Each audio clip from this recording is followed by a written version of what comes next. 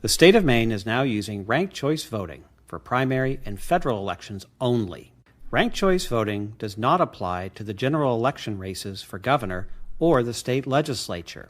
Ranked choice voting allows voters to choose candidates in order of preference. The votes are tabulated in rounds until only 2 candidates remain, and one candidate is determined to have received the majority of the votes in the final round. That candidate is then declared the winner. Here's how the tabulation works. Let's assume that there are 4 candidates for the United States Senate. Let's say that blue is your first choice, the person you would most like to see win for that elected office. Yellow is your second choice, and if neither of them can win, you'd rather see purple in that office before orange. So you rank purple third and orange fourth. You are not required to choose more than one candidate if you do not want to participate in ranking. Your first choice candidate for that office will be counted on election night. If no candidate receives a majority, the voting will move into ranked choice voting rounds. All of the ballots and tabulator memory devices will be transported by courier to a secure location in Augusta for counting. Let's take a look at how all those votes will be tabulated. On election night, none of our candidates got a majority of the votes. So we move into round 1 of the ranked choice process. Orange received the fewest votes, so it will be eliminated from the race. But the people who voted for orange as their first choice will still have a voice. Their second choice candidate will be revealed, and their vote will go to that candidate. In our example, 3 of the people who voted for orange chose blue as their second choice. So blue receives 3 more votes in round 1, bringing its total to 11.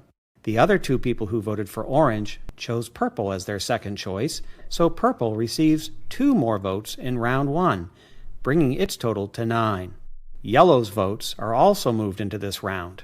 The round 1 totals are blue 11, yellow 10, purple 9. Now we're on to round 2. Purple is eliminated, but purple voters still have a voice in round 2.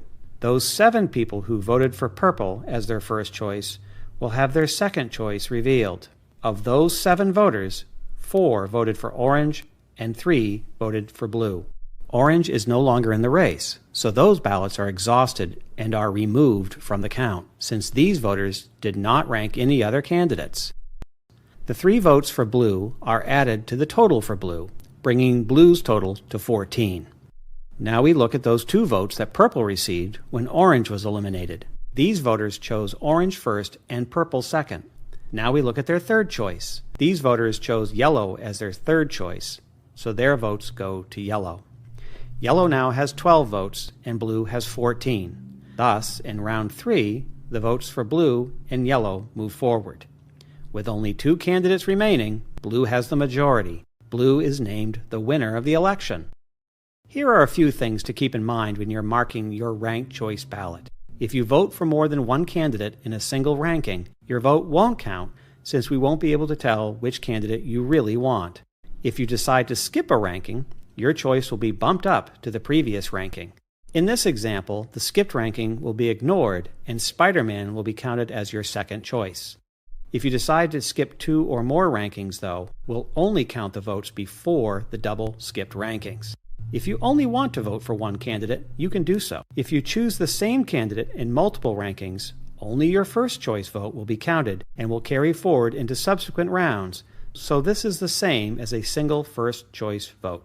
Determining the winner of each election will take a while, given the size of the great state of Maine, but we'll report the unofficial results as soon as they are ready so you'll know who has been chosen for each elected office. If you have any questions about ranked choice voting, please visit our upcoming elections webpage for a variety of informational resources, or give us a call at 626-8400.